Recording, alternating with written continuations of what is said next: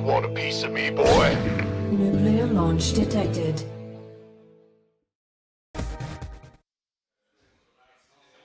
Hello everyone and welcome to the Starcraft 2 Nation Wars, brought to you by O Gaming and Blizzard, where we are getting ready for the conclusion of Group USA. And it's also the final Nation Wars broadcast of the year. It's my final cast of the year. Your final broadcast. It's your final cast of the year? It is. It will be. Yeah, and I'm really happy to be doing this one with you, because that's also always such a special moment. It is. Where are my presents, Funka? I didn't bring one yet. Well, you brought one. My boy Nate is going to play today. It will be playing for Team USA, and that will be our first match. USA versus Australia. It's bound to be something really, really good, because I mean, there's been two different aspects of those matches. USA getting 4-0'd by Ukraine, and at the same time, Australia doing super well against Norway, but losing in the end. I mean, two different destinies for those teams. Yeah, it's been a very surprising chain of events so far in this group. I mean, we had Norway winning the group yesterday, which I don't think is a massive upset, because obviously, you know, if you use the all-kill format and you have Snoot on the team, Snoot is capable of killing pretty much every single team. I mean, Korea and Poland is going to be very difficult, but against anybody else, if Snoot is on point, yeah, there's a chance he wins. But the way it all happened, the way that Ukraine all-killed, or Bly, I should say. Bly on fire. Yeah, that Bly all-killed USA yesterday was very surprising. See Norway struggle a little bit with Australia was, to me, a little bit surprising as well. Yeah. It showed us that Suivez is the real deal. And Probe actually really, really impressed me. But we can talk about this for hours, but we actually have a video telling you a little bit about how it happened yesterday. Let's go.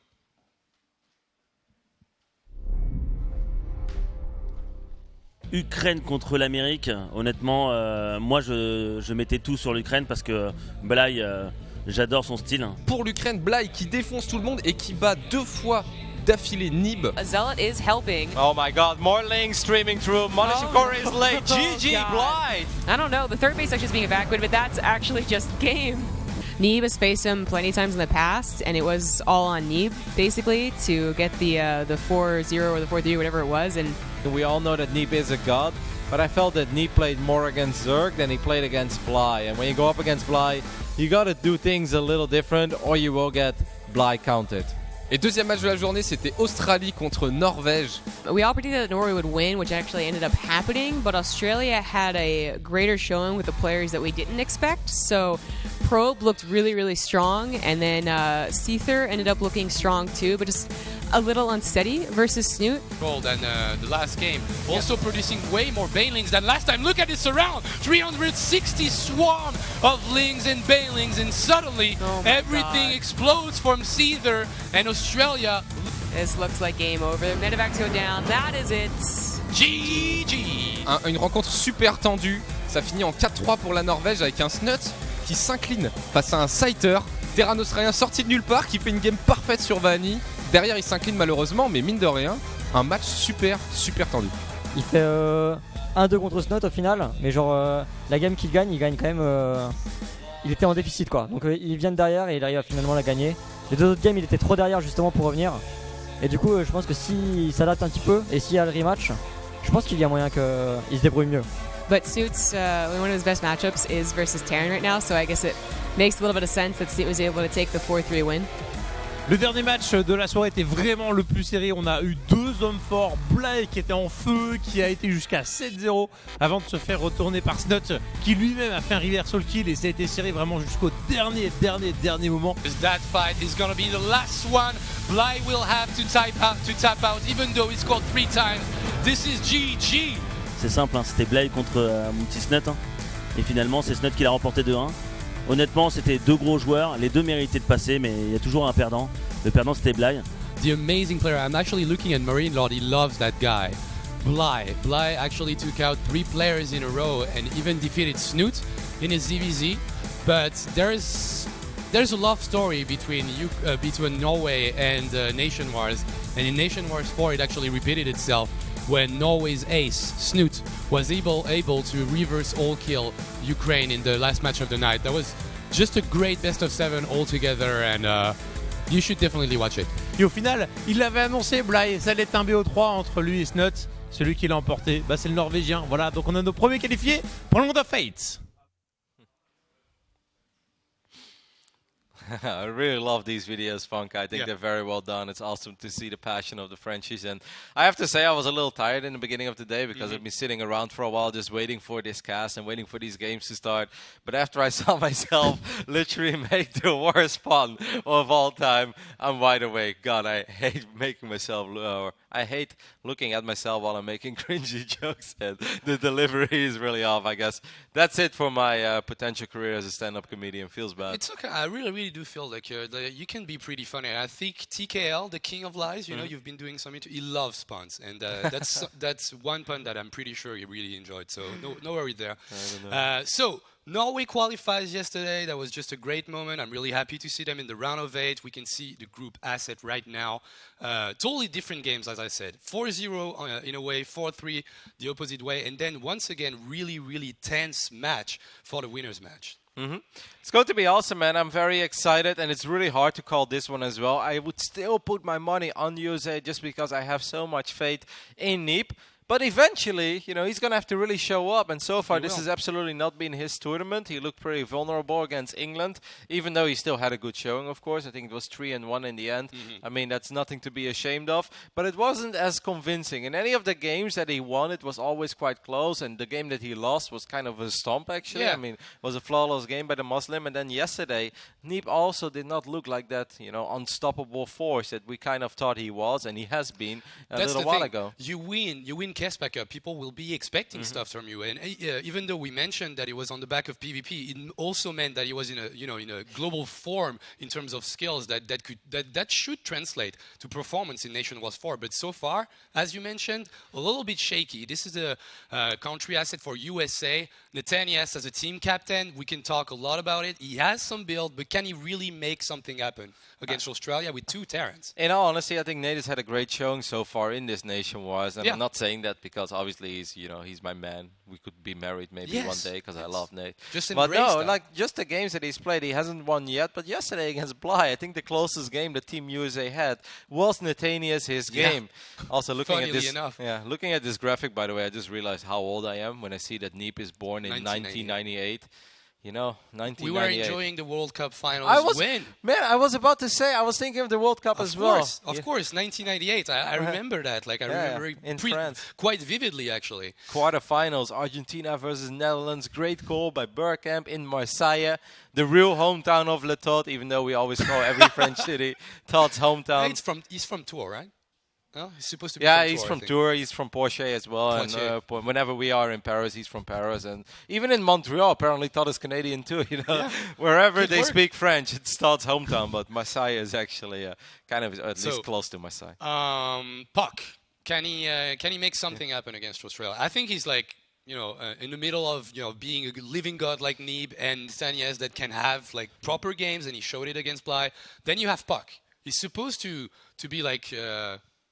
Super strong, I guess, at the moment. Like, I feel like he had one of these base showings in 2016. You mentioned the tournament in China, where he got the semifinals. Like, he's playing without any pressure from home. Like, what can he make happen? I think Puck should absolutely be able to make something happen here. Now, normally we would all say that Neep is good enough to all-kill Australia. But these guys have had a pretty good showing so far, especially Seifer. I have to admit, Terran play that I was not super familiar with either before this tournament started.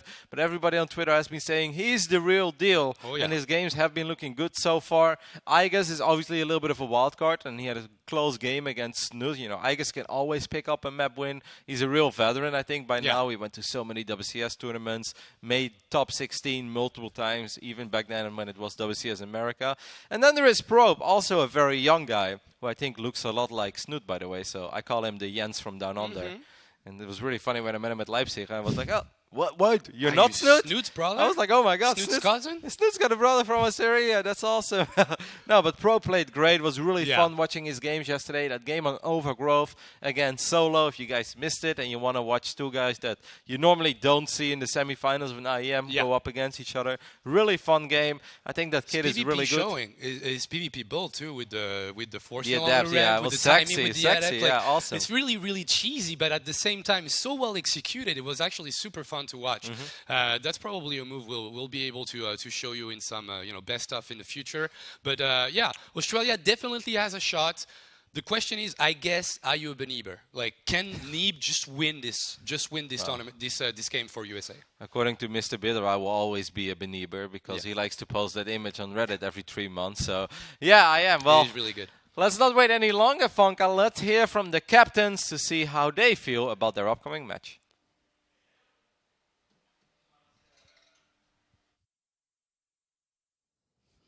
All right, thank you guys so much. Here with Zombie Grub for the captain interview. How do you feel for this match today against USA and Australia? I'm ready for Neeb to show up today and dominate in usual USA fashion. So you are a Beanieber. I am definitely. All right.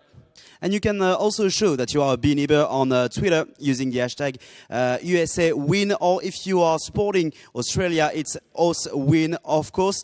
The captains should be online with us in just a few moments' time, and we'll ask them then if they are Beaniebers as well, or if Ayaguz or even Saito, which showed a very good games yesterday, is able to win the match for Australia.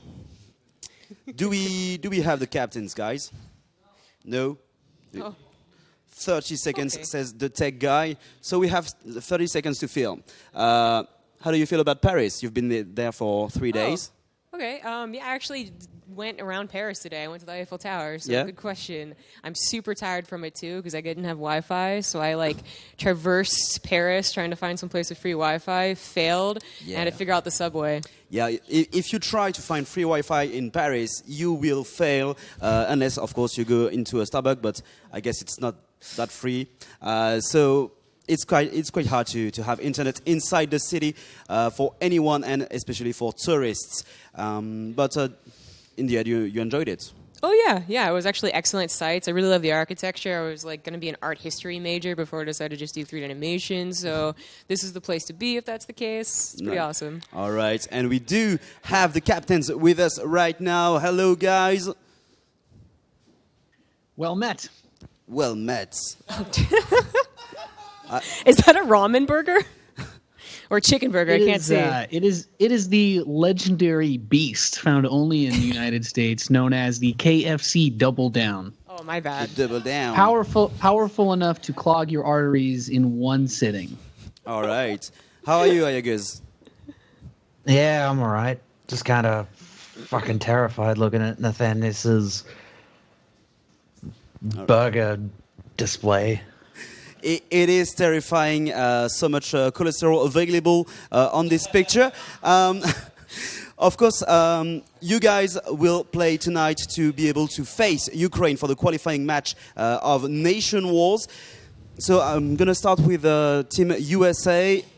You guys didn't perform yesterday. You went 0-4 in your match. So how do you feel today facing Australia?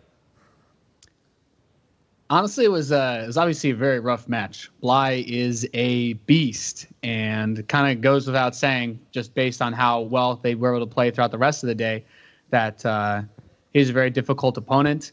As far as our players go, I think everyone's feeling a lot better for this match coming up today. I know Puck spent most of the day before and last night preparing and looking over, especially since we knew it's going to be a PVT sort of matchup as far as what we need to do to actually get through this one. Yesterday it was PVZ, but as Roddy actually mentioned in the pre-show before the interview, it was more like P versus Bly, which obviously didn't play out very well. So it should be a bit more straightforward, and I think everyone's feeling a lot more confident since Australia doesn't have any players as crazy as Bly. Let's be honest, no one does. All right. All right. Hey, now. Yeah, I mean, it's really nice not to have to face Bly again, but I mean that is a potential. So I guess we'll get to that part later. Actually, maybe one of you guys face Ukraine. But for Neeb, I suppose, it wasn't just about showing up versus Bly, but well, I guess my question is, was it just about not showing up versus Bly, or was he just in bad form yesterday? Does he feel a lot better today? Because of course, I think all eyes are on Neeb. Yeah, it's hard to say. He doesn't really talk a whole lot when I ask him about how he's feeling and stuff. He's just like, oh, I'm sorry guys. He's like, I didn't play very well. I know Puck was a little bit disappointed in his performance as well because he felt very confident going into Nation Wars, but you just gotta take another swing at it. That's That's all there is to it. We talked a little bit more about the maps and the order that we wanted to go through with them for the players today so that we could try to put them in as comfortable of a position as possible. That's why I ate Habitation Station yesterday, since obviously no one wants to play on a gold map versus Bly. But I think coming into today, everyone is feeling a lot more comfortable about this series. You're good? Okay. And what about Team Australia? Do you guys feel confident? We heard a lot about Caesar being an unknown for many people around the planet Earth. But you said it's quite a good player, and we are wrong not to know him. So what should we expect from you guys today? I don't know. We'll just try. We'll just play some games. All right. Is always giving us so much information to go off on, right? Yes. It's amazing. Yes. That's why I'm leaving this to you. You have so much to go on. Oh, yeah, of course. I guess just we brought up Seether, but of course Probe had did Probe's performance actually surprise you guys? Was he actually third on your list? Because again, Seether is apparently that guy that was definitely for you the go-to. But Probe performed really, really well. So for me, I'm actually looking at Probe a lot more. Are you planning on throwing him out as, I guess, an emergency? Or are you just confident that, I guess, the two Terrans basically can win this all? Yeah, we've basically got this incredibly intricate strategy that we spent months working on. We just play Starcraft, and then we see what happens. All right. Nice. So, I guess who Australia is going to send first for this match? I reckon I'll be going up to the crease first. All right. I guess first. Amazing. And Nathanius, who goes up for USA first? I figured it'd be like this. I really want to play TVT. My boy is ready to shut all the haters up and take a dump on Australia for America. Neeb's going up. There we go. Oh. All right, then it's going to be Neeb against Ayaguz. Thank you, guys. We're going to let you go and prepare for this match. And good luck, have fun. Good luck.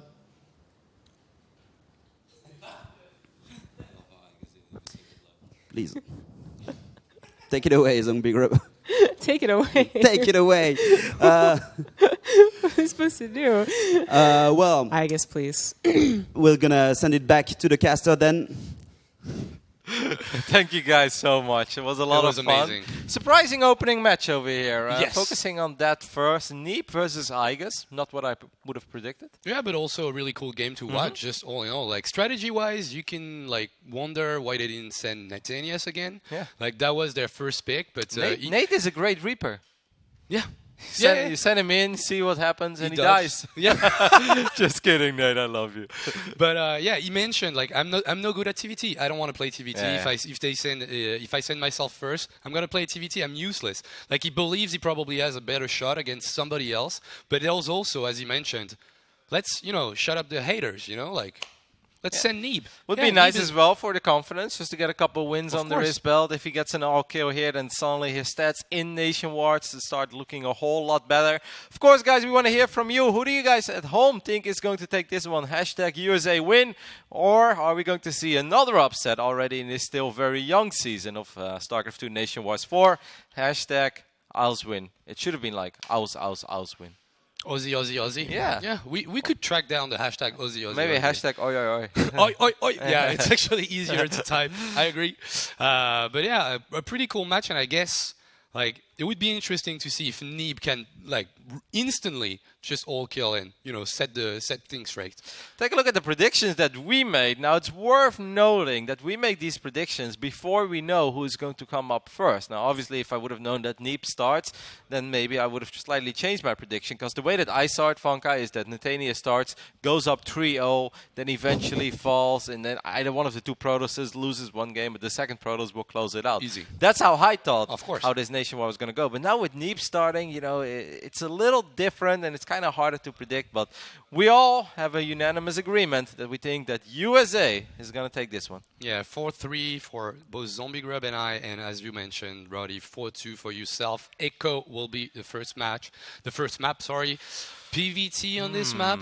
Yeah, that's interesting immediately. First thought, Neep lost against the Muslim on this map. Yes. But I do think that's a very difficult build to copy, because the way that the Muslim played, it wasn't so much the build. The build was solid, don't get me wrong, very good build. He's always solid. But the execution was great, and that's something that you can't just copy by looking at it once. The other game that I think of is Innovation versus Stats of the Intel Extreme Masters Gyeonggi. So Funka, let's brutal. get this going. That was really, really brutal. I hope the same fate doesn't go for Neep. And actually, that's the guy in the top left. Worst introduction ever for USA, Neep. They set him first. They want him to cause a carnage. Over here on the right bottom side, representing Australia, it is the very, very talkative. Didn't even wish their opponents good luck. Igus. I love Igus interviews. He tries to go with the dwarf thing, you know, like really not gonna talk that much, just be, you know, like straight to the point. It's funny because Igus's Twitter is great, super fun, super entertaining. The interviews, however, they could use a tiny bit of work. Who do you reckon could teach you? Me? Or you mean in general? Igus's interview skills. Stefano is literally the greatest person on stage ever. I love everything that Stefano does, because the great thing about Stefano is, even if he hasn't played a game in months, he will pretend like he's super confident and he's ready to destroy his opponents. Yeah. And it just gets the people going. And nobody even gives him a hard time if he loses, because they're like, well, it's Ilyas, you know, he won $300,000 playing Starcraft 2 anyway. Well, yeah, what can you say against Sitting that in guy? my room eating Doritos, I can't really make fun of the guy. No, definitely not. So, that's a Reaper expand, quite standard by Iagas. On the opposite side, we will try to know what he's going for. Will he go for a Stargate build? Is this something that you like on this map, Roddy? Stargates, I think, in general are quite solid, but this is not my favorite Stargate map. I really think this is a great map for defensive Blink openings and take it from there, because with Blink you can shut pretty much everything down. Certain two-base pushes are very hard to hold because you need to buy a little bit of time, but I think it's very solid all around. However, we saw Neep's game with Stargate. I think the most convincing and best game that Neep has had so far in Nation Wars Season 4 was absolutely the Stargate game against the Muslim on Vani, and he actually gets a great start there. He gets the Reaper immediately with the Adept. Not even needing a photon overcharge, actually not having a mothership core at the moment, going straight for the Stargate, getting that Reaper. That's pretty cool. That's like the Neep trend right now. He just doesn't build any mothership cores anymore. Yeah, and that's actually pretty scary when you think about it. But considering like Iagas is to me the macro Terran, and he will always go for it. Like against Protoss, drop down 3cc, try to build a lot of units. That's the way I see him play day in, day out in WCS and everything. That Adept is actually getting a lot of work done, and it's actually going to get that fresh mule, probably going to take down that Marine too, and that's already quite painful for Iagas. Yeah, this is actually pretty bizarre to see that very first Adept do this much damage. I haven't seen Adepts this successful ever since they changed it, and they actually need to 3-shot Marines and SCVs. Phenomenal start here for Neep, and a very rough one for Iagas. Super rough. Like 2 SCVs, 1 Marine, and a mule. Like totally fresh one and too. A Reaper. And the Reaper in the beginning, obviously. There's a lot of stuff that actually died to that initial Reaper, and that was quite sloppy from Iagas. Actually going for a super quick E-bed that will get in handy, but it also has like some mines laying around. Yep, the mines could actually save the day here. He's gonna hide them, that's nice. Has to put an SCV on that mine on the left side. We've seen Neep be a little crazy with his oracles in the past. He's gonna go for the natural, but he should be able to see that mine. No, it's going to connect. The oracle will fall. And that's actually now suddenly quite decent for Iagas. Yeah. The early game start still hurts him though, guys, don't get me wrong. Getting an Oracle kill is fantastic. It is. But, you know, he still lost a lot of potential economy early on. But this is a very nice little, punch back. Yeah, of course. I guess Neeb wanted to go for really the maximum amount of damage and got careless because that mine was probably able to be seen. That's such a quick Nexus though, with the Void Ray behind it. Yeah, and it's actually quite risky because there's 2 mines in this medevac and he will only have a single Oracle. Okay, he does have a Mothership Core now, but only a Photon Overcharge available. There is no robotics facility, guys. So if these mines can somehow make it into the mineral line of Neep, it will be very hard for him to clean it up. But obviously we have full vision and Iagas does not, and he doesn't just want to throw away his medevac. He's actually not going to go instantly for it. He did check the third base, and we'll see if he tries to sneak those mines on the natural. No pylon, by the way, in the back of the natural. Yeah, he has one that just completed. Like I was scared like a couple of seconds ago, but should be good now. Photon Overcharge. The first mine is actually going to go down before burrowing. Nice micro after that. It will actually trigger it with one probe. He's trying He to do could it. have. That's see, it's a little sloppy. Oh no, he just didn't want to lose not even a single worker. Yeah. He brought the Oracle back. Well, that's okay. I mean, that's Yeah. a choice he made. He rather lost a little bit of mining time and then just used the energy of the Oracle instead. Second Void Ray actually, which I kind of like. Like those are really expensive, but you know, situationally, like in the beginning of game, some drops, some Liberator play can actually get shut down super easily by those. But still quite late for any from any Twilight tech. He has the Robo. He will have some detection in the future. This Oracle, second one, after getting that cute revelation, actually gets a little bit of economy for 5 SCVs, not moving that much from Ayaga's side of things. Yeah, I got a little bit more done than I expected. Yeah. Now we're looking at 61 probes already for Neep against 43 SCVs from Igas. Obviously it gets a little bit painful. Triple CC helps, and what also helps is that with the build that Neep has gone for, he doesn't have something immediately available right now that's very good against Tim Bio. No. I mean, a Void Ray is nice to chase down a medevac, but there are no Colossus, no Disruptors, no High Templars, no Charge, no Resonating Glaives. That's it, like no huge amount of anything in terms of gateway unit. He doesn't have the upgrades that actually make them super, like, way better. The glaives obviously changing a lot about the adepts. The third CC is actually going to go down. I expected him to do like some kind of a tiny push, maybe towards the left to get a little bit of economy from Ayagas with those tanks, but right now going to be playing it safe and super rush to the second star pot, probably for range and Liberators. Yeah, that's an option, or he wants to get Vikings out because he's expecting Colossus play, and maybe, okay, no, that's actually a Fusion Core already, so he will indeed go up to Advanced Ballistics very, very quickly.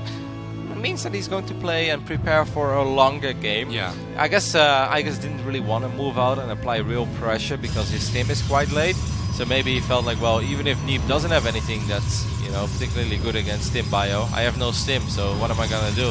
Yeah, Playing a very, very defensive game. Yeah, exactly. Like really, really macro and sit back and just putting everything on that, you know, huge Liberator timing with the range, like 8, 9, 10 Liberators, depends on how good your macro is and how many Medivacs you decide to build, but that's still a scary push if you don't have anything against Liberators, because they will win the game by themselves, right? Actually, I'm starting to get a tiny bit scared there for Team USA. Like, don't get me wrong, I think the early game has gone quite well for Neep, other than losing that single Oracle. It's been a pretty decent early game, but this is still a build that you would really like to sniff out as quickly as possible. If you don't know that this is happening, what exactly is he going to do against it? Yes, he has a Stargate, but obviously he's not going to randomly drop a Fleet Beacon. Yeah, no hallucinated phoenixes, no proper like observer positioning, I guess, like not trying super hard to get that information going. Not even a prism actually, and the Oracle could go back, get a revelation. Like he's got a lot of ways to know that it's happening, but right now he's gearing up for like anti-bio, like a lot of them, with Colossus, with the double upgrades, but this is not gonna help when there's like 10 Liberators that take a really decent spot on the map. At least he will have access to Blink, so he can maybe dance around and you know, just kite a little bit, pick up a Liberator here and there.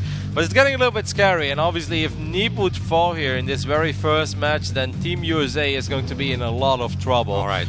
Okay, well at least he knows now about one Liberator. That's the nice thing about these Void Rays. Yeah, they actually, like in a frontal fight, they will not be helping against those harassed Liberators. They do actually quite well. On the left side, I think the other Liberator is getting exactly the same fate though. Yeah. Those two Void Rays were actually super key. He would have lost a lot of economy.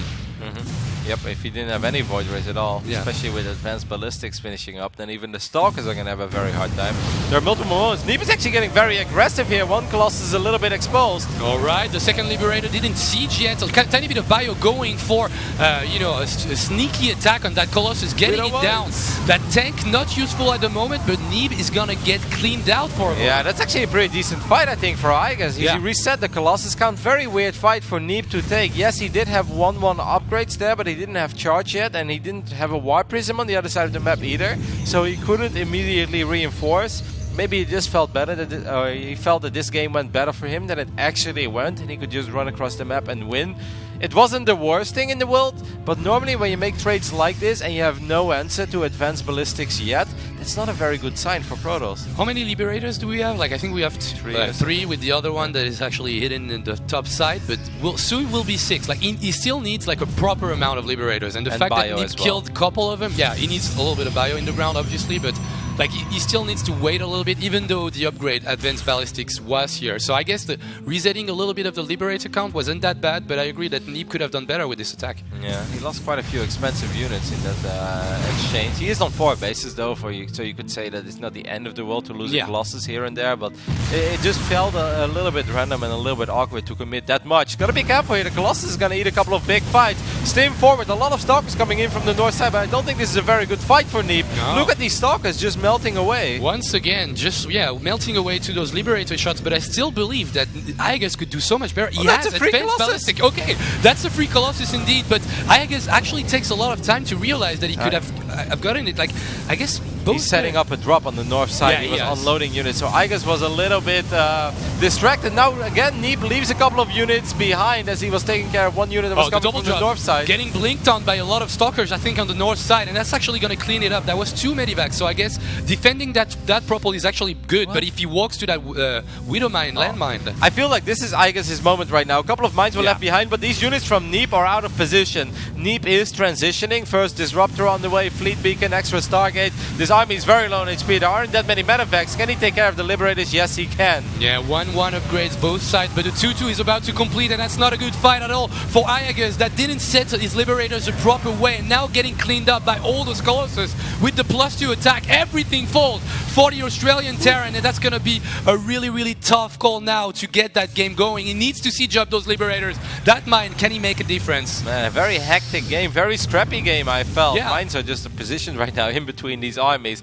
But obviously Neeb bought the time that he needed. Now he's going to have Disruptors, and more importantly, he's going to have access to Tempest, and that's going to make his life a lot easier against these Liberators. I felt that there was an opportunity here for Aegis to perhaps steal this game. To be honest, I don't think he sees those Liberators like far enough. A lot of times, like, and now he GG's out because still no 4th base. He knows that there's no economy going. Neeb gets the first win.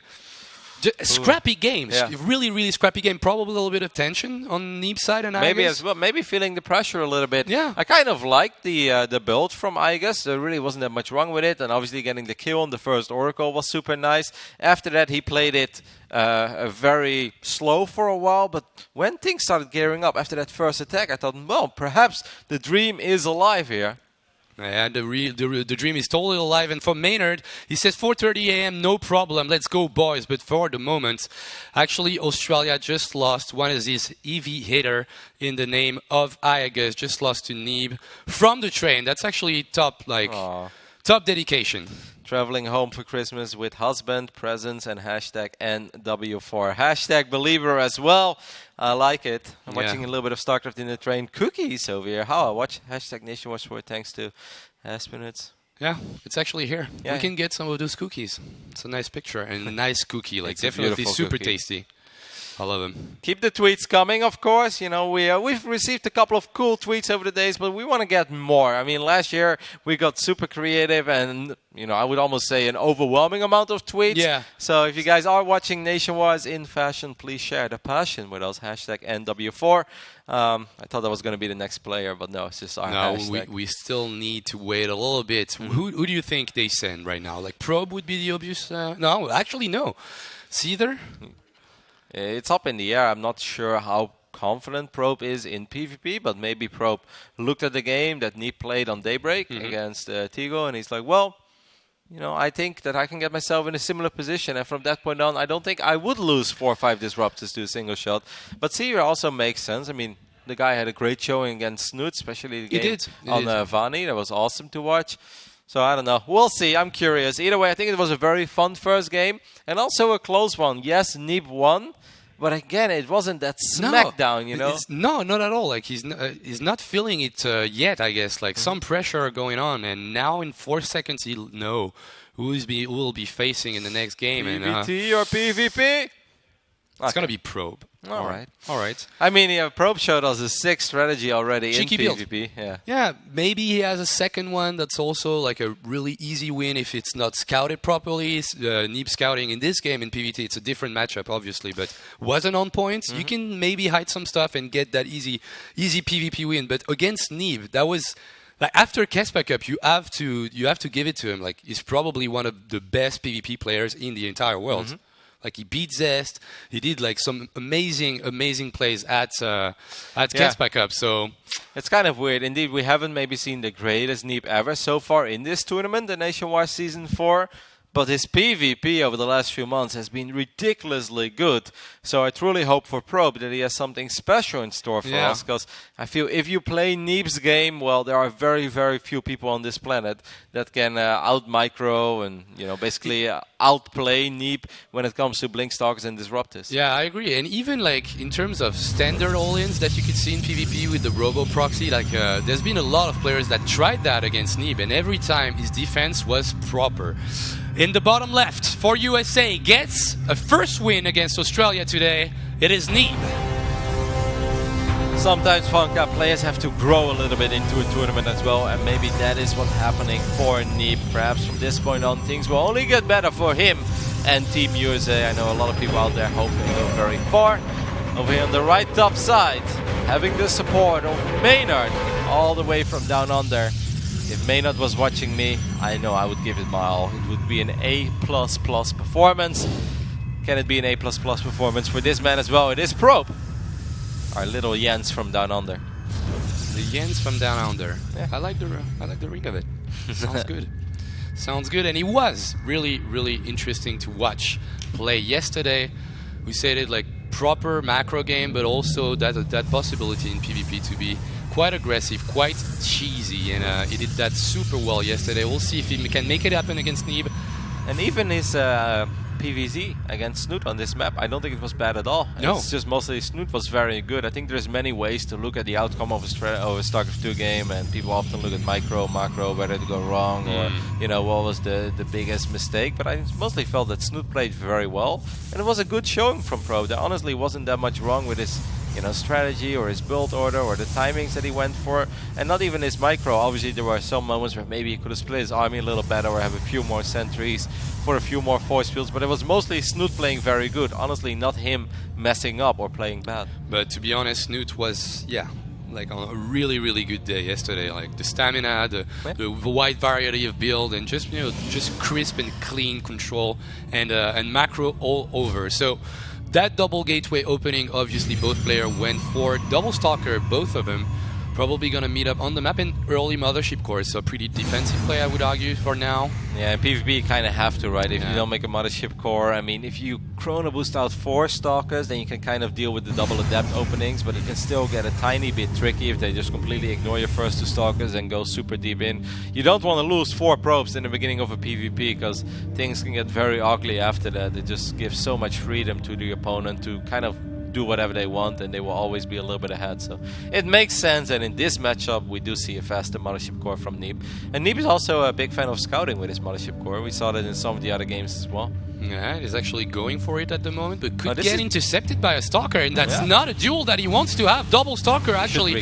The other round from the Zalnaga Tower is actually getting used at the moment. Put it on the high ground here? Oh, that's cheeky. That's actually kind of cool.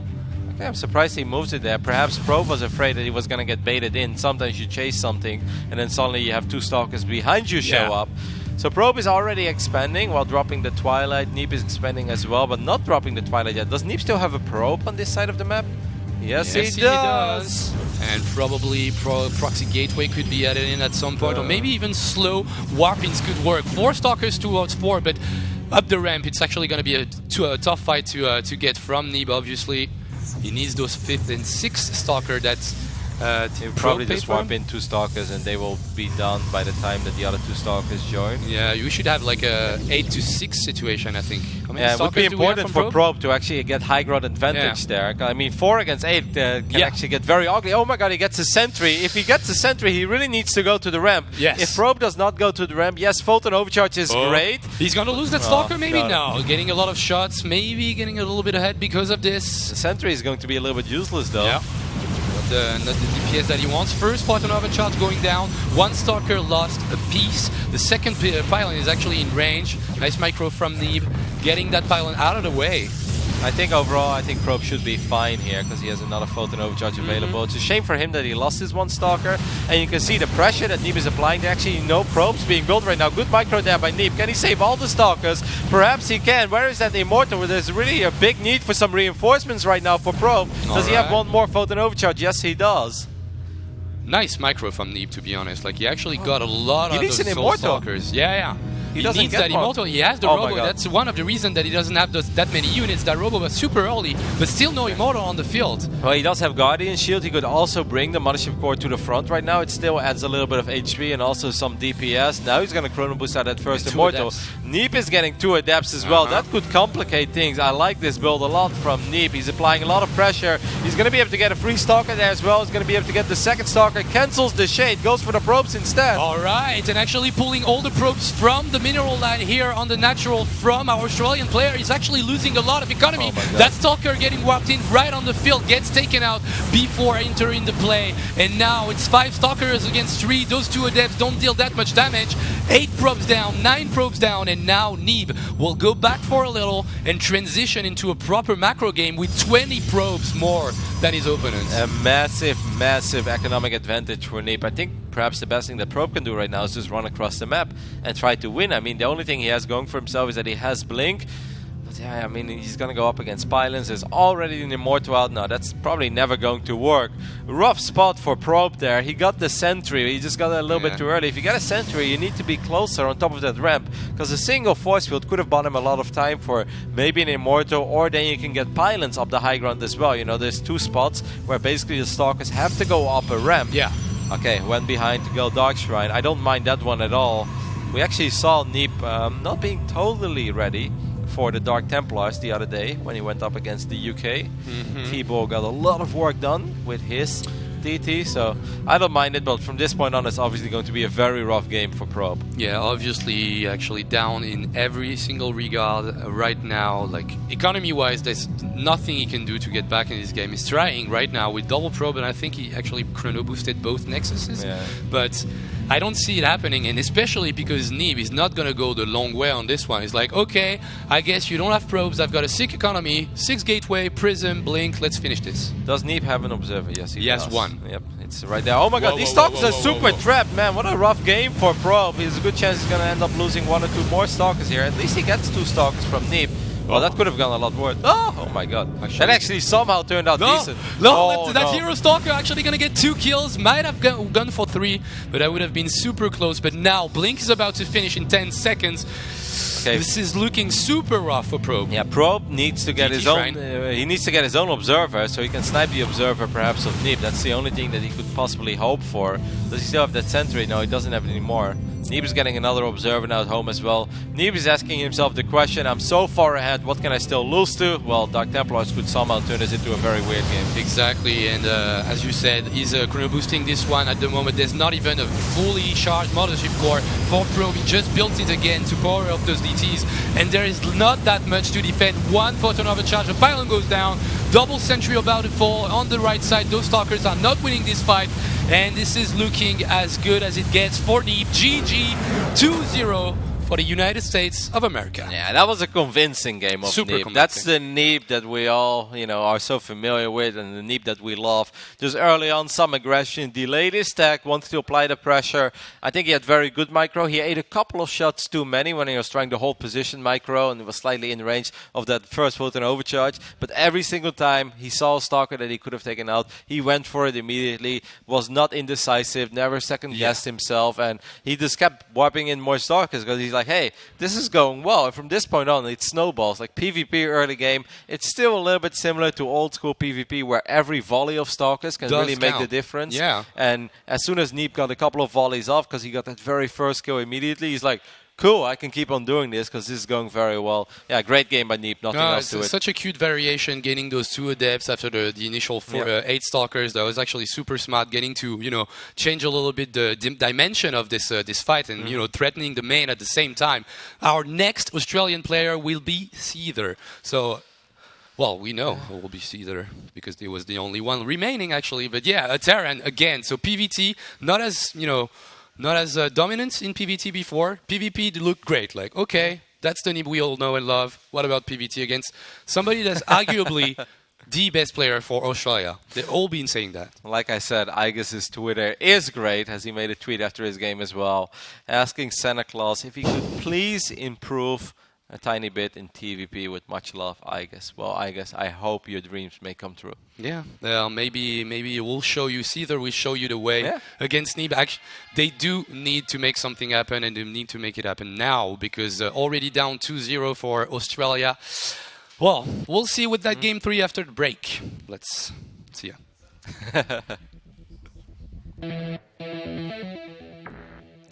Welcome back, everybody, to the Starcraft 2 Nation Wars Season 4. We are still in Group USA. Of course, Nation Wars is brought to you by Leo Gaming and Blizzard Entertainment. We're getting ready for Cedar versus Neep. And I hope for Australia they get a point on the board here, man. Maynard is watching, put his alarm clock. They've got so much passion there down under. They need to get a couple wins. They deserve it. They deserve it. And I think Neeb is mortal in PVT. So we'll see if Caesar can make it happen. Whoa, Ravi. Cheering on USA, USA, USA with a triple screen, actually. That is every a monitor sick I have. setup. And look at that. He's got an audio mixture as well. It's beautiful. Wrapping presents and watching Starcraft. Hashtag NW4. Let's go. On a tiny tablet I'm doing your job. loving these tweets. That's really cool. It's perfect. Yeah. It's perfect. I actually need to wrap my presents, and I really don't know where. I have no presents at all. No, I've been on the road for forever, and I don't live here, and I already have so much stuff with me because, I'm eventually going to move, so I have too much stuff already. I told my family, I was like, guys, please, don't hate me. Please still invite me for Christmas dinner, but there's not going to be a whole lot of presents. I did order one present. I ordered a Need for Seat chair for my brother because he's getting a new house, and he gets an office, so I got him a chair. That's a pretty good gift. But I mean, whenever, my dad is the worst with presents. My brother bought him a cologne once for Christmas, and my dad sprayed it. He's like, oh, nice, toilet refresher. No. Yes. He's like, oh, I can use it. And since that day, we've never bought another present for my dad. This is just terrible. Yeah, he's savage. It makes me so sad. And from that point on, we never bought him anything again. My dad's terrible. How did your brother react? My dad, we've got good sense of humor in the family, so my brother is like, well, fine, He's like, at least it will maybe. Anyway. Very Christmassy. Yeah. Okay, in the top, he's compared to be he's supposed to be the best player in the Australian lineup. He has to show it now if he wants to take on America. For Australia, this is Caesar, and he had a great showing on that. And Vani Research Station, I think, is a pretty decent map for Terran. Obviously, Protoss has his strengths on this map as well. But I think overall there is a lot of potential for a lot of drops in the back of the natural. Early Medevacs can stick behind. I'm expecting Stargate play out of this man who seems to be returning perhaps to his former glory a little bit. Game by game, representing the USA, it is Neep. Wow. Did you see that, Kevin? He stepped up his game. That was sick. Yeah. I think he's using camera locations while observing. Yeah. He's taking it to the next level, Funka. How is this possible? And that's what happens. You sit behind the casting desk and a young, ambitious German shows up and he's going to observe BlizzCon next year. That would be cool. we need people in the team. I'm down with it. Camera hotkeys are great. You need to use them. You need to be cheeky with observing. You can make it happen. Just the other day, I think it was yesterday actually, we had a tweet from Bernd, one of the esports people from the European Blizzard office.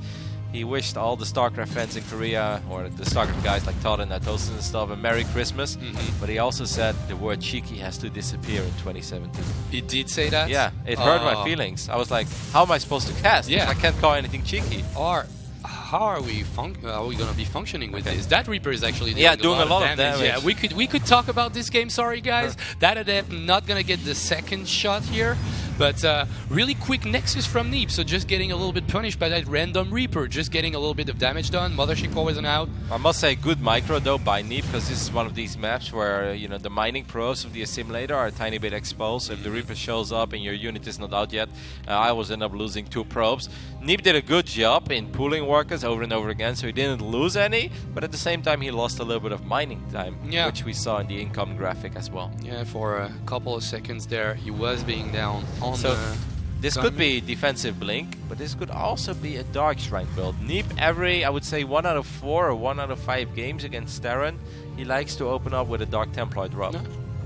Sounds good. Really powerful, actually. Powerful tool in the matchup. And with the Twilight hidden in the second base, might be the case with the Robo in the front. But is he going to go for it? That's a Dark Shrine, and that's going to be that DT drop. Great call here. I really do think it's a really potent opening. Like, it just in general gives you map control, put some pressure on the Terran player. We'll buy some turrets. We'll have to spend some scans. It's just a cool build, and with the new Prism, you can do a lot of stuff with it. It was a standard for a while. You remember that? Yeah, it was super popular. Yeah. Zest was doing it every game. I remember Zest just killing, I think it was Taja in the quarterfinals of GSL. Just like, I'm gonna warp in 4 DTs, and then if he warps in 4 more and just kills him like right away. Yeah, those were the days of merry-go-round and stuff. That's when this opening was incredibly popular. Neep doesn't overdo it, which I think makes this even more powerful. If you do this too often, then obviously Terran players can pick up on it, and if you don't do any damage at all, if the turrets are done already, it's very important that this Reaper can scout the Warp Prism. It's gonna be so close, he's not gonna see it. I don't think he has an eBay. Oh, he does have an eBay because he's getting +1. Hello, Kevin. But he doesn't have a single missile turret yet. And if he drops the mules when this Warp Prism shows up, things can get very, very ugly for Cedar very quickly. Okay, there's one turret in the back of the natural. Okay, in the main, could deal a little bit of damage and probably pick off some buildings. Can you? He doesn't have any Does he see it? Scan. He sees it. He sees something is getting warped in. Does he know that's DTs though? He should have, because the unit disappeared. Alright, did he pay attention? He didn't pay attention. He can drop those DTs. They are already in the main. One is gonna go to the natural, one in the main. No scans available. Oh, actually, yes, one in the main. But the second one... He could pick it up? He will pick it up. Oh, yeah, we'll actually just run out of the range of the scan. Going back a little too soon though. No, that DT is not gonna die. These DTs actually doing a lot of damage already. Stim being used, Cedar being a little bit indecisive. Your turret is not being built, mate. The Dark Templar killed the SCV that was building this turret. Saving the one on the left, almost grabbed the one on the right. Knee playing and showing off his micro right there and dealing an amazing amount of damage right there with some DTs. He even had a turret on the second base, but still dealing so much. Look at those Marines just getting owned. Like, they have to steam to run away. This is how bad the situation is for Cedar right now. Oh my god, he's down 23 workers. Good execution there by Neep. Incredibly good execution by him. Good split on the Dark Templar. Saves it as well in the end. Now it's just getting gross. Now Neep is just showing off. That's what Kerrigan needed in that mission. She needed a prism. She didn't need a medevac to pick her up. It was a prism she needed. Nice pick. Well, he actually dies after it, but that was really cute play from Neep. And I don't even think that that third base is actually in any trouble whatsoever. He's got sentries, he's got pylons on the way, mothership core with full energy. Like, there's not that many bio units for him either. Very rough start for the Australian Terran player. He saw the Warp Prism just a tiny bit too late. The unit was being warped in, but I guess he wasn't paying attention to it. Maybe just expected a couple of adepts, maybe 1 or 2 zealots, you never know.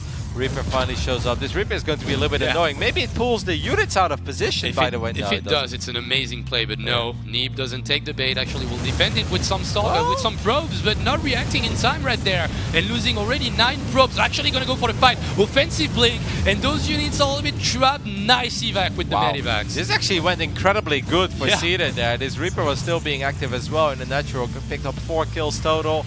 Good run by there, saved all the medevacs, saved the majority of the bio units. He's still in a rough position, don't get me wrong. He's still down 10 workers and he's down a base. But before that, he was pretty much down and out. Yep.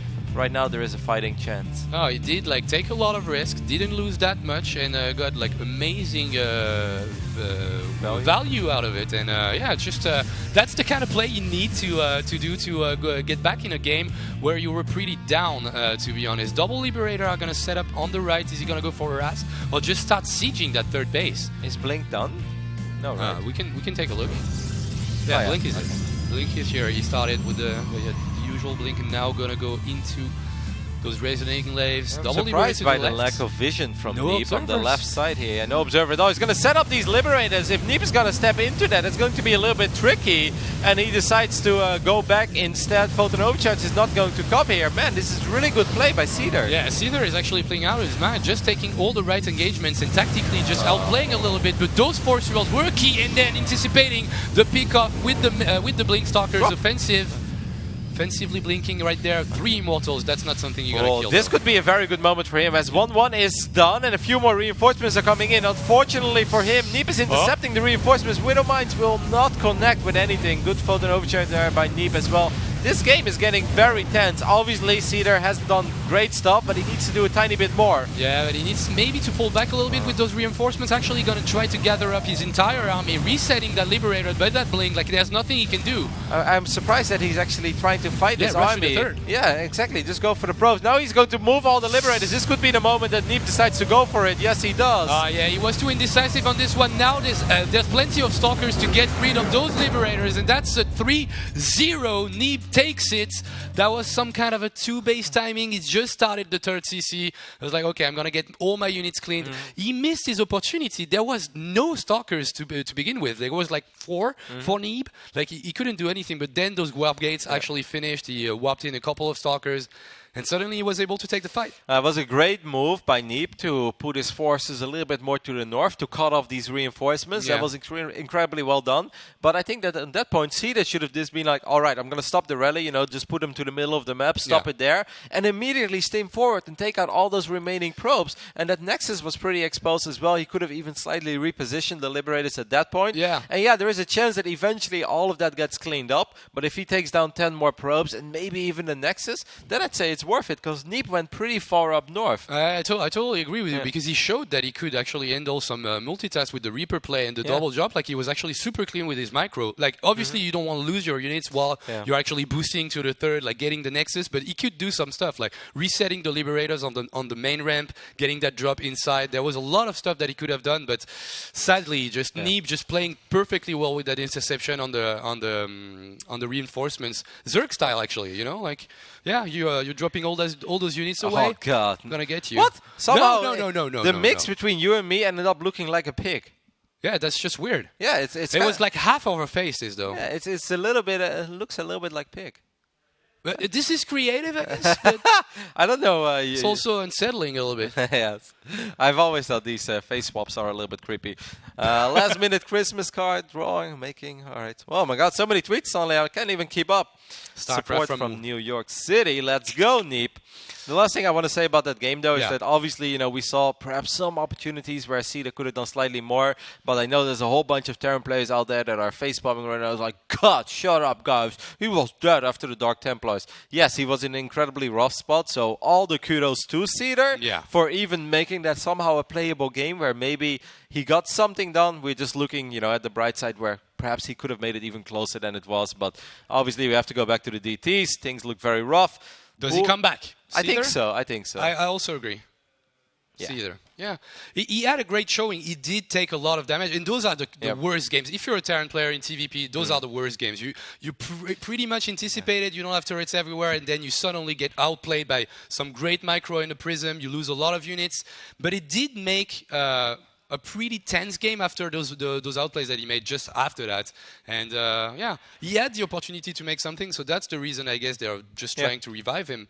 I mean, I guess didn't look that good in that game. Like, I mean, the build order was really, really cool, but I feel like the way he uses his unit wasn't on point. So Cedar, it's gonna be, and he has to go to come back from a 3-0 deficit actually. In the bottom left, actually about to make it an all kill. Just setting the bar right after what he did yesterday. This is Neep, the American hero. Neep is angry, loading into New Kirk City on the right bottom side. Can he make the impossible happen right now for Australia? Can he make a reverse all kill? If he would do it, I'm pretty sure we can hear Maynard scream from Australia to Paris. It is Cedar.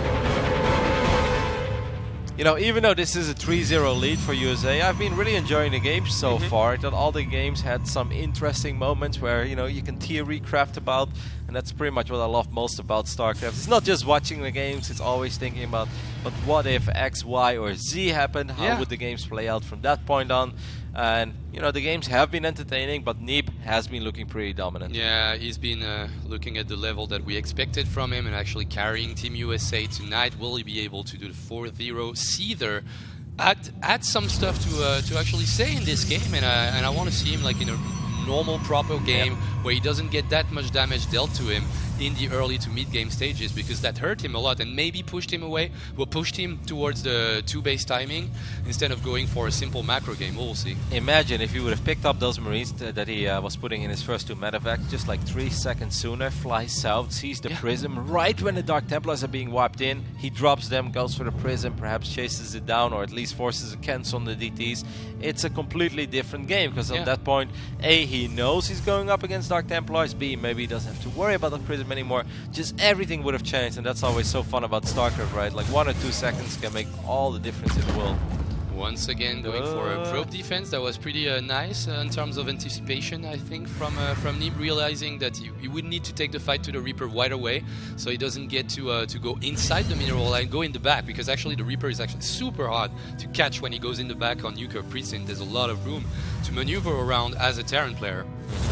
Fortunately for the Terran player as well, once the Reaper goes in, it doesn't really get out anymore. The Adept is out of position now, and the Mothership Core is at the ramp as well. He's going to use Photon Overcharge. Yes, he does, and he gets it. Imagine if he would have been able to avoid the Photon Overcharge. There was a dead space too between those 2 pylons. I think he could have gotten a little bit more. Yeah, right here. But it's still not that bad, because whenever you see a Protoss player use Photon Overcharge, that means that the maximum available Photon Overcharge they'll have against the first mine drop is 1. There is 0 chance it's going to be double Photon Overcharge, and then if they do use Photon Overcharge, you can just speed boost out of it and then drop the mine outside of range.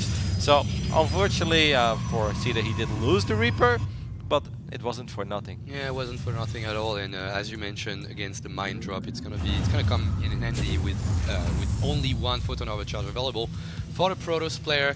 That Adept might get some work done once again. Not moving the mule, that's a dead mule, and probably not a dead SCV. Those Marines are actually gonna come back. Nice timing on the Shape by Neeb. Yeah, but now it gets interesting. Ooh, could the Adept spot this medevac? Gets awful close. First Observer is on the way, but is there enough DPS to take care of the medevacs? That's a big question right now. Let's take a look at the main base of Neeb. What does Neeb have in position? Just 1 Photon Overcharge, as we said. This is gonna be super hard to defend, and that Observer actually didn't went back. There's a second one about to pop, but those first mines, where does he land them? Yeah, he wanted to bait the Photon Overcharge, but Neeb's too good. He's like, nope. That was so close, actually. I think there's a spot where you could have achieved that, but here, nice Photon Overcharge, nice Observer placement. That Medivac is gonna go away simply, but so funny how Neeb makes these things look so easy, so effortlessly. It's also funny as well, because this was some high-level meta, you know, like in a low-level game, what the Terran would do is just fly the medevac in, you know, drop the first one, bait out the first Photon Overcharge, and then drop the second Photon Overcharge, and that may, or excuse me, then drop the second mine. And there's a good chance that the second mine would have been able to get a decent connection off, but these guys showing a lot of respect to each other, you know, see we're trying to bait out a mistake off Neeb, Neeb not falling for it, and in the end, Neeb with a flawless defense. Even getting the side of that mine, and we'll go there and kill it, so no problem whatsoever in a future push from Neeb. Lots of tanks getting built, adding some Raxes. That's also a lot of prediction buildings for just 2 base. We'll see when he decides to put that 3rd command center. These pushes can be incredibly powerful against Blink Stalker openings, which is obviously what Neeb is going for, but Neeb is also an incredibly good Protoss, so he knows that the last thing he should do is just sit back on his 3 bases and then wait until the push arrives and let the Terran sit up. What he's going to do is apply a little bit of pressure. I'm not a big fan of this. Losing a Stalker, I think the best thing you can do here is just keep the Stalkers on the low ground, and the moment that the Terran wants to start moving out, that's when you start kiting, dance back and forth, just buy a little bit of time. Man, I love it. It's Blink into charge. Yeah, Blink. Can I get a my man? Blink into charge it will be, and looked for a moment that he wanted to blink in the main, but I wouldn't recommend that considering the amount of firepower that's available to the Terran player, but he's actually going to go right now. The one issue is that with 4 Stalkers, you don't actually one-shot Marines anymore, so kiting becomes a little bit more difficult. So losing that 1 Stalker was actually a pretty big deal. Neeb still getting 2 Marines. Might actually get the 3rd one as well, got incredibly close. Charge is halfway done. Any sort of Protoss army right now without Charge is really not going to do that great. Yes, there is an Immortal, and Guardian Shield helps out a lot, but what Neeb really wants is Charge, or maybe he can fight before the tanks are sieged. That's what he's trying to do. I believe he doesn't have. Yes, he does have the vision. He will drop some force field instantly. Blink to the side. That first tank is in big jeopardy. He's actually gonna fall, and that's a really good cleanup from Neeb. totally anticipated the strategy of his opponent. Yeah, you take the forward base, and it's gonna be a little bit vulnerable to tank plays, but there's something with tanks. They're not sieged up. They're not gonna do too well. And right now, Neeb getting a super great advantage for himself. Oh, counterattack right away. That might be something he needs, but it will be he has nothing at home. Yeah, to defend back at the opposite side of the map. Neeb is showing no respect right now at all. He's like, I just cleaned up your army. I'm just gonna go for it. From this point on, may actually go for defensive weapons as well. A forward blink in true patient style. He's going to clean up the last few units in the main base here off Cedar. And I think this is going to be USA all the way. Dodging the blink. Here, the mine with the blink. GG. Neeb gets it 4-0. All kill. Guys, I'm back, and I'm growing on Nation Wars 4. That's what he just said right there with that 4-0. Very strong showing by Neeb. Getting the all kill. They sent him out first. We expected something else, but it was just Neeb all the way, and he played really good, I think, overall in this series. The first game against Iga still looked a tiny bit shaky. A couple of Colossus were left behind. Once or twice the Colossus was very exposed. The attack didn't make that much sense, but after that I felt, every passing game it just got better and better.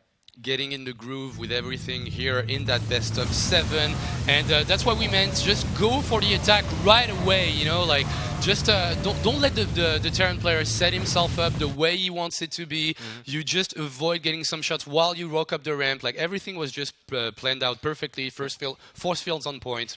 Yep, that as well, and also love the blink towards the south side because that opens up the room for the Immortal to get nice and close on top of the tank, popping the Guardian Shields. Yeah, Neeb did not second-guess himself there once, and this also goes back to those first few Stalkers, just taking out a couple of Marines, make that push a tiny bit weaker, and obviously the fact he didn't take any economic damage early on against the Mines.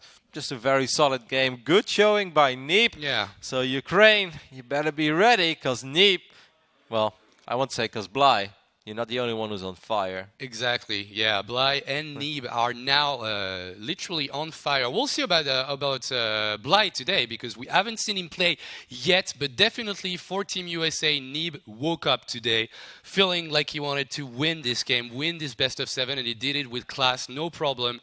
And getting better and better every each game. I really did feel like Neeb was kind of that first game was super scrappy from both sides. But looking at the difference between Neeb game 1 and Neeb game 4, like definitely that kid is here, no problem. All right, we'll take a look at the bracket in Group USA. As right now there's only one match remaining. That's going to be the last match of Starcraft 2 Nation Wars in 2016. Of course, don't fear, guys. We'll continue right into the new year with, I think there is a group Germany as well, and there is a group South Korea and a group France. Is that correct? No. What was the fourth group? I can't remember. No. USA took France's spot by qualifying because in terms of WCS points, Neeb was better. So actually, they took our spots in the first bracket. I can't remember the fourth one. Maybe the USA and Australia can still be friends. I'm sure that there is still a lot of friendship between USA and Australia. But for now, when it comes to the latter, guys, show each other love. Christmas spirit, it's in the air. USA was just better today. And in particular, Neeb was just a little better. Yeah. I'm excited, though. USA versus Ukraine, I think it's going to be a great match. It will be, and that's there's some stuff to be worked out from Team USA. Yesterday was a beating. You need to do something about that Bly. Like every time and that's really funny to me because he gets Neeb's number every time. That's one of the guys that I really truly believe that always have some kind of chance, and actually decent chance to beat Neeb because of the way he plays in general. But how many times can you surprise a Neeb, as Stefano would say? Yeah, that's a good question. I don't know how today he will look at, but as you mentioned, like he played PVZ, he didn't play PV Bly. Played a little bit too careless, waited on the mothership core quite a bit, and that actually came by to beat him in his ass. So. Well, that was it for the first match, USA, and in particular Neeb, all the way for now. We're gonna head over to a very small break, and after that, we'll be back with the last match of Group USA between USA and Ukraine.